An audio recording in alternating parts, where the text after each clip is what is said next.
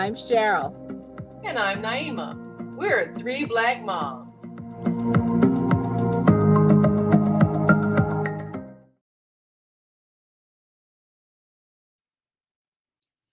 A couple of days ago, my husband and I went to a wake for a friend and former colleague. He was 68, which is less than that 4 score and 10 that we all think we're at least promised. He left a wife who he loved dearly and two grown sons who were in their mid and late 20s, which is still, I think, way too early to lose a parent. But my friend had had cancer, and so he had a few months to prepare for his death. And it got me to thinking, are we preparing our children for our own deaths?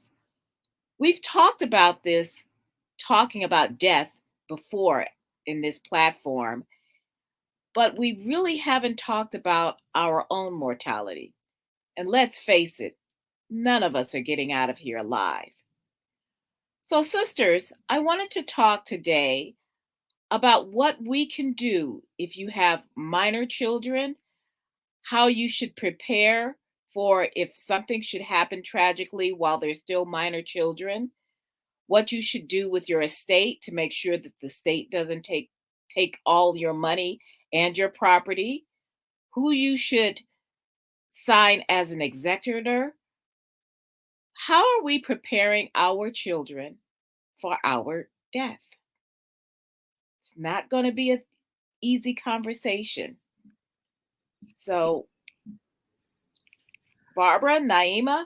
Well, I will say this, and I think that as a parent, if you are ill, you have some kind of terminal illness, or any number of those kind of things, that sort of sets the stage for preparation. But what if it's sudden? You weren't sick. One of my friends, she was having tea one morning with her mom, and her mom went out for a run. She came to the train tracks. The train was parked in the station, and she went around the train, but she was hit by the ghost train.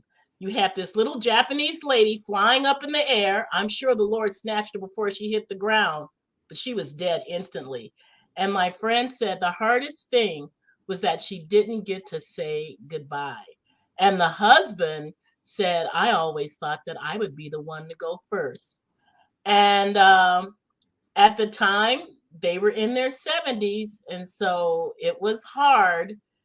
And I've had a number of friends, I'm sorry to say, who have died suddenly, instantly of a heart attack. I found out about my friend Flo from college, who is my age. When she didn't answer her phone, people were worried, and they found her by her treadmill. She had died of a massive heart attack. My friend Jan Moskowitz in New York, someone pushed him on the subway and he fell and was injured greatly and ended up dying from his injuries from that fall. And I've had two friends who were killed instantly in plane crashes, and another one in just a couple of years ago who was killed by a semi hitting her and her son in the middle of winter. And she was younger than I was. And they had young kids. Some of them had adult kids, but some of them also had children that were elementary school age. And so when you're taken suddenly, you haven't had a sit down talk with young children about, if I go to be with the Lord or I pass away, any of those things. You don't really have that talk with young kids. You actually start thinking about those things when your kids are older.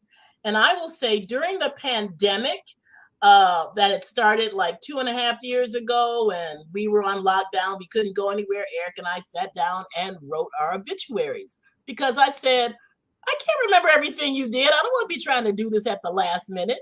And so we wrote our obituaries. and sent copies to all of our kids, said, no, we're not dying, but this is what we want in case something happens and there's nobody there to take care of stuff.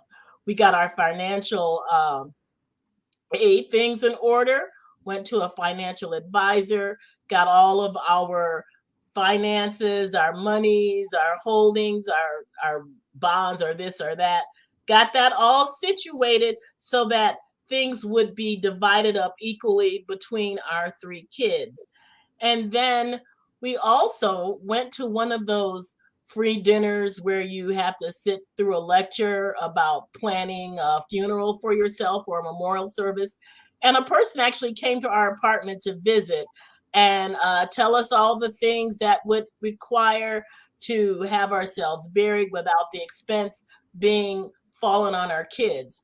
Now, my kids are adults, so yes, we have planned for those kind of things. We haven't really had the talk, though. What about you, Naima? Well, I'll tell you, first of all, I remember when it's about a week before before Daddy went into the hospital, he had this big, thick notebook, all of his papers, insurance, everything. And he went over all of that with me. Okay, this is all my certificates, my papers, and and I'm getting a veterans burial, all that. I mean, he wasn't sick at the time, but we had been going through that cycle of him going back and forth to the hospital and that sort of thing. Which is the beginning of the end. Yeah. And so it was a week before his last time of going into the hospital. And we sat down and he went through and I'm so grateful that he was organized. He had all of his paperwork in order, all of his documents and everything. So there would not be any stressful situation. We know what he wanted said on his obituary, all his background, everything, his war record and everything. So I was able, and when the time came, I was able to write an article, which they published in the Chicago Defender about his life. And that was really nice. And I was able to put together the obituary for the program, but he had put all those things in place, and that was one of the things that I'm grateful for, that I didn't have to deal with at all. But one of the things that I realize is that a lot of times people won't talk about it because it's like the superstition of believing, well, if I talk about it, then I'll make it happen, which is ridiculous. It's going to happen when it's going to happen. And what happens is that you throw your family into chaos if you die without a will. Exactly. Yeah, I mean, you have to have a plan so that you don't have people fighting on what's supposed to happen. Now, I remember my mother-in-law, at one point she was telling me, well, when I passed away, I put my papers in a certain place. And she said, I can talk to you about this because I know my sons, they don't want to talk about it. And she's right. They didn't want to talk about it because they, oh, Ma, you're not going to die. I mean, so she knew that they would not be able to have that conversation, even though it's a conversation you need to have. And so, but things went smoothly with her. Even though it was more difficult because her she went through the stages of Alzheimer's, which is difficult for your children as they see you mentally leaving before your body is gone. So right. that was, I think, the hardest thing for them. I think it's difficult when you go suddenly and there's no preparation, no talk, nobody knows what to do, everybody's in shock. That's probably the hardest thing for any family, because a lot of times, especially if you have several siblings and you can't agree on what should be done, then families really fall apart then. So now with my own personal situation, because my husband Sultan was diagnosed with cancer, and even though they said it was terminal, we were like, well, we're gonna beat this, And so that was the spirit with which we had it, even as he declined. And there was a certain point where we knew that he was not going to survive this much longer. So I took Zakia out to dinner and we had the conversation. I said, it looks like I'm going to be a widow at a fairly young age. And she had very good advice for me. She was saying, well, Ma, he's already raised me to adulthood. So don't think, I got to get married to somebody to be a father for my daughter. I don't need a father figure. Just look for somebody for yourself. Somebody a little close to your age. Somebody who, you feel fit into our family, because we got a multicultural family and multiracial family, so it's somebody who can, be okay with that. And somebody who makes you laugh, you can have fun, you need to lighten up a little bit, not so serious this time. So, she had really good advice. And then we were both there the morning that Sultan transitioned from this physical life. I called her into the room. I was in the room with him. And so, as his pulse slowed to a stop and he stopped breathing. So we both were there at that moment. And I know that she is aware of the fact that things could happen with me suddenly, even though I am in good health. She worries a lot about my driving because she knows I tend to keep going and going and going until I'm exhausted. And she knows that I have fallen asleep behind the wheel a few times, and one time she said to me, Mom, you're the only parent I have left. So I know that that's a concern of hers. And should be for you too. Well, yeah, yeah, it is. But she and I did have that talk even about, my demise at some point. I told her about my insurance policies and everything, and, where everything is, and, all my accounts and all of that, making sure that she has access to banks, everything, records, all of that, insurance policies, my obituary, it's already done. All of the instructions are already done for my funeral. I just have to probably buy a funeral plot because I don't think I'm going to get cremated. So I'm going to make sure everything is done so that all you got to do is just show up, so there's no grief. There's no, what are we going to do? Oh, none of that. Hey, we going to party when I'm gone. So, well, we will. Yeah, I know I will. Yeah, you won't. But well, this is the thing though. But it's more than just preparing your physical stuff and buying the plot. It is more about having the conversation, because some people may have minor children and they may have spouses that don't want to talk about it. Now, the first time we actually talked about it, because this is what happens if you have a minor child and you do not make provisions.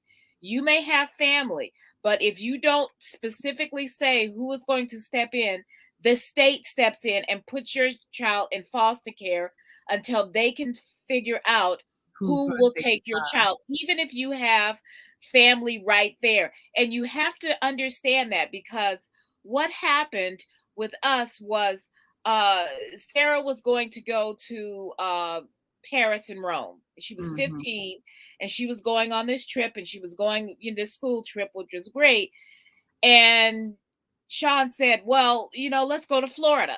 And I said, well, I'm not setting foot outside of this state until we have a will, because if God forbid something happens to us, she needs to have a home to go to, right, and they have to know who's going to take care of us, who's going to take care of her.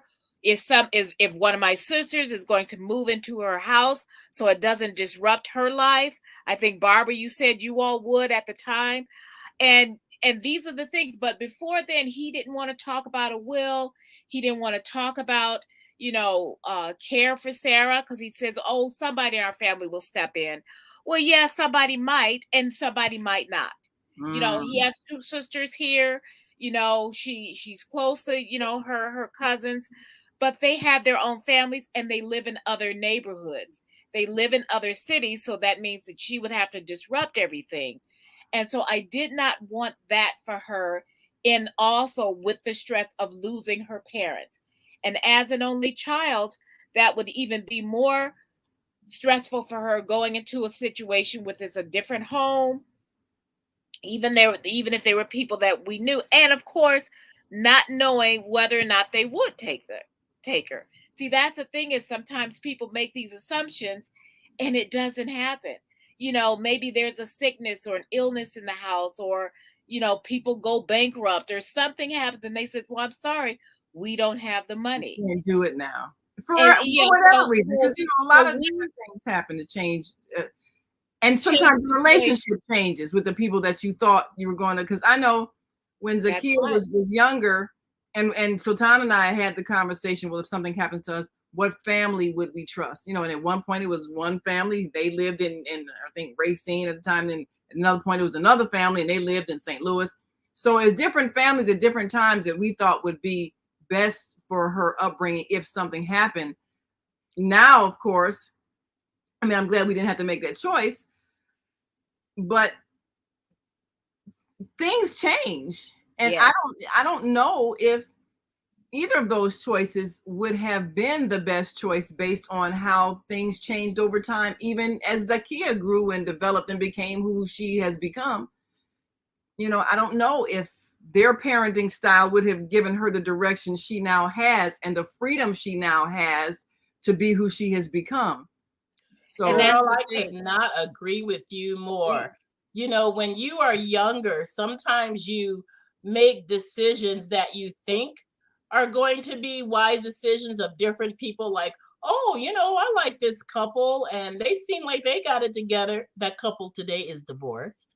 Uh, and you think, And if oh, your child is not, has not been legally adopted, they may just say, you know what, we don't have room for you anymore. yeah. yeah, Like you And that's said, things definitely change. And you have to, number one, I think it is important. If you have young kids, you need to know your people that you are willing to leave them with should something happen to you in an yes, untimely yes, manner. Because I think idealistically, when you're a young couple with young kids and you have friends and you're thinking everything is okay, but you don't know the intimacies of their households. right, And sometimes you might be setting your child up to be put in a dangerous situation and you think it's safe. So yeah, you need to really know your people, know what kind of situation that you would be leaving your child with. I actually know of a story, this is a true story, of a couple who had planned to leave their kids with someone, and those people turned out to be criminals, but nobody knew that. yeah. Well, this is the thing is that, and COVID should have Wow. taught us that anyway, because there were so many people there were a lot of COVID orphans, even Mm. before the vaccine and even afterward. But there are a lot of people, they hadn't planned on this.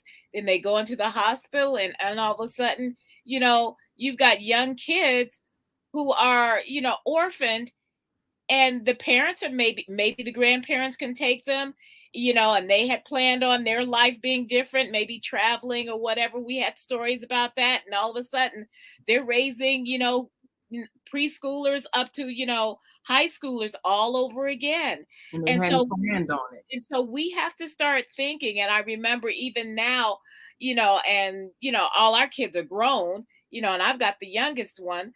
But it's like the last time we went away, I gave Sarah my password to my bank account. And I said, okay, just keep this with you, because I said, if anything happens, you need to at least be able to access the money in our account, Yeah. because and also you need to make sure that if you have a home, that you place that home in trust to your child. Don't plan on estate planning. Go to an attorney, or someone, go to your financial advisor, like Barbara was saying, and make sure that your kids will get the money that the state will take if you don't do that. And And and a lot of these things, and going through probate can take long time.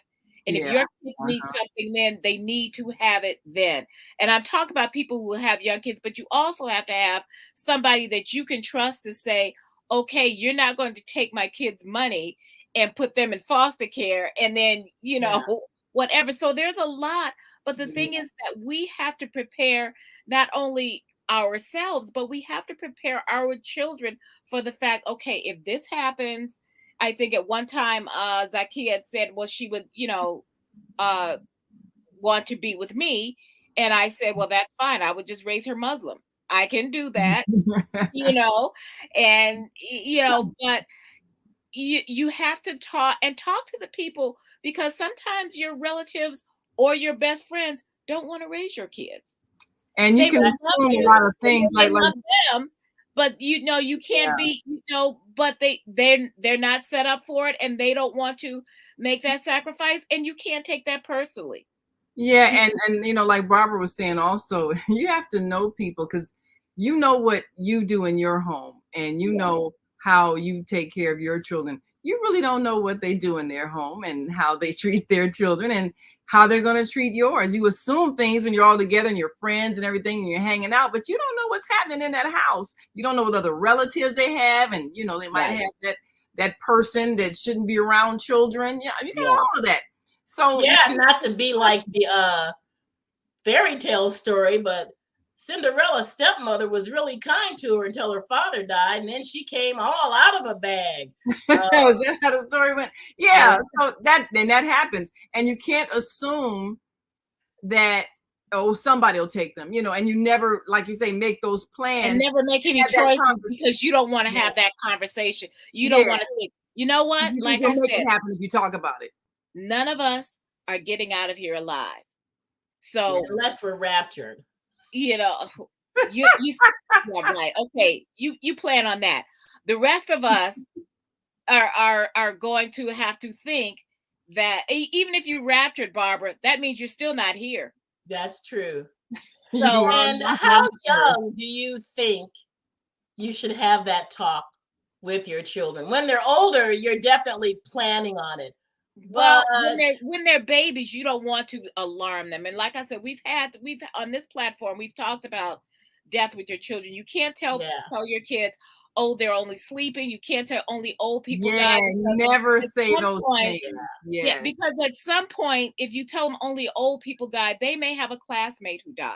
And that happens. So yeah, you That need to usually say, happens. well, you know what, we're all, and if you're a person of faith, I happen to be a person of faith also, I'll say, we will be together again someday, but I'm going to take care of you for whenever, I can't, I'm going to make sure that someone will always take care of you, because that's what frightens children, is that they will yeah, be left out in the cold. And yeah. I The think there's a little unknown. book that somebody, gave me when Sarah was little, and I kept it, and it was about, uh, I will be there waiting for you when you get ready to come, but, you know, that's the thing, is that you talk to your children and you make it in stages.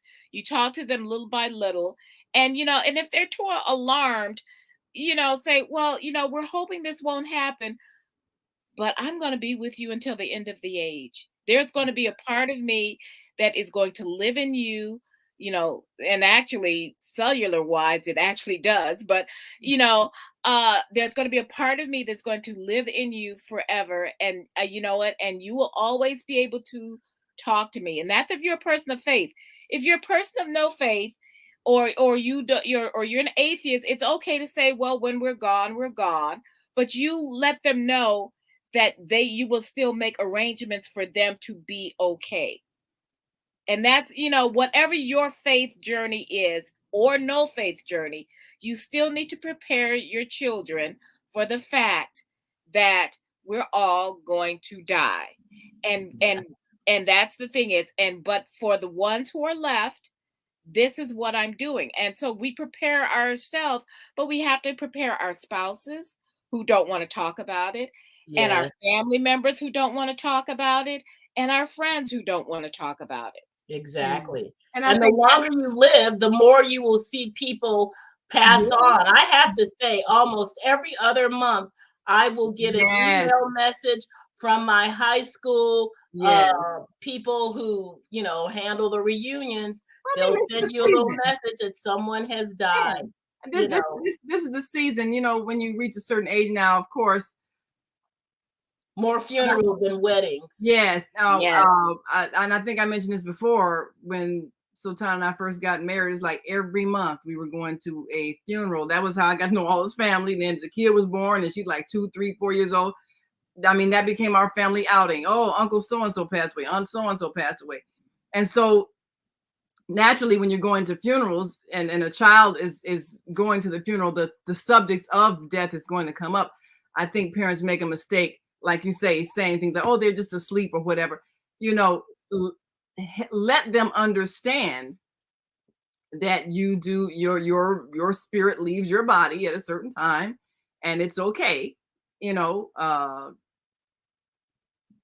like you say, I mean, people of faith, they have the language that they are going to use. Well, you go back to God, you know, from God we come, to God we return. That's, you know, what our faith teaches. So that was what Zacchaeus understood.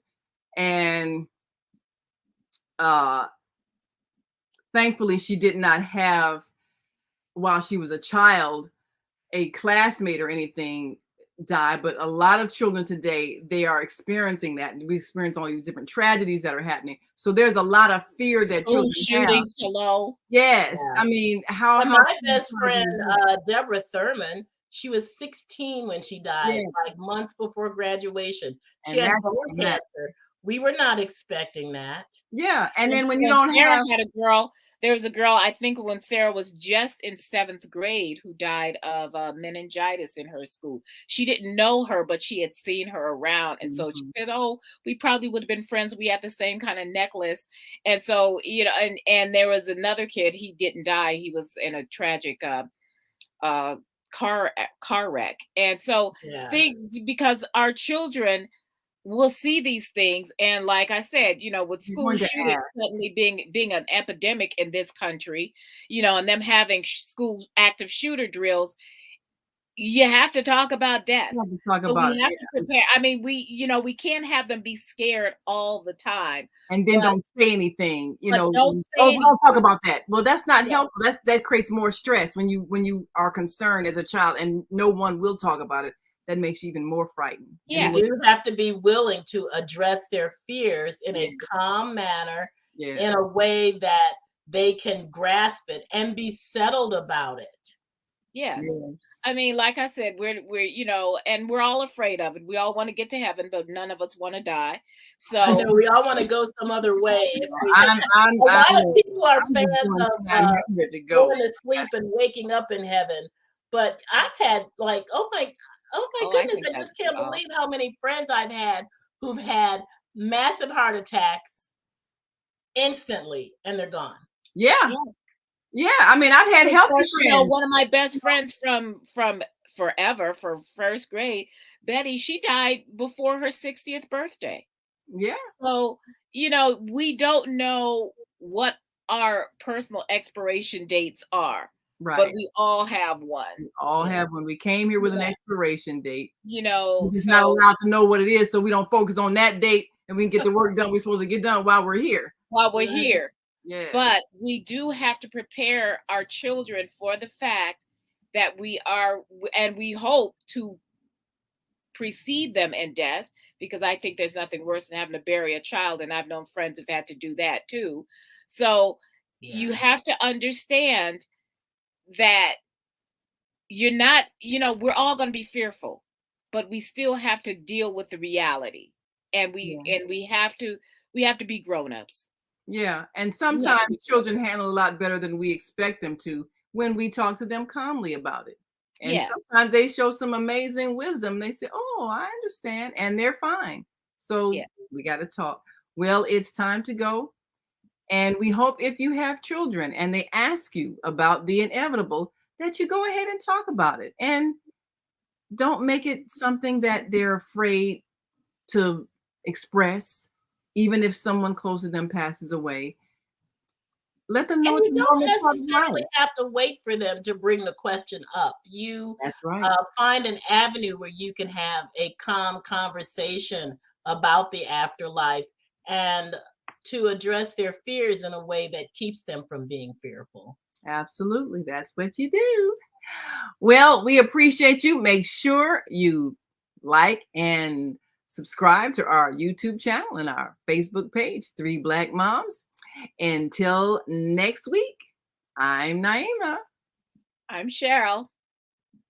And I'm Barbara. We are three Black moms. Have a great week.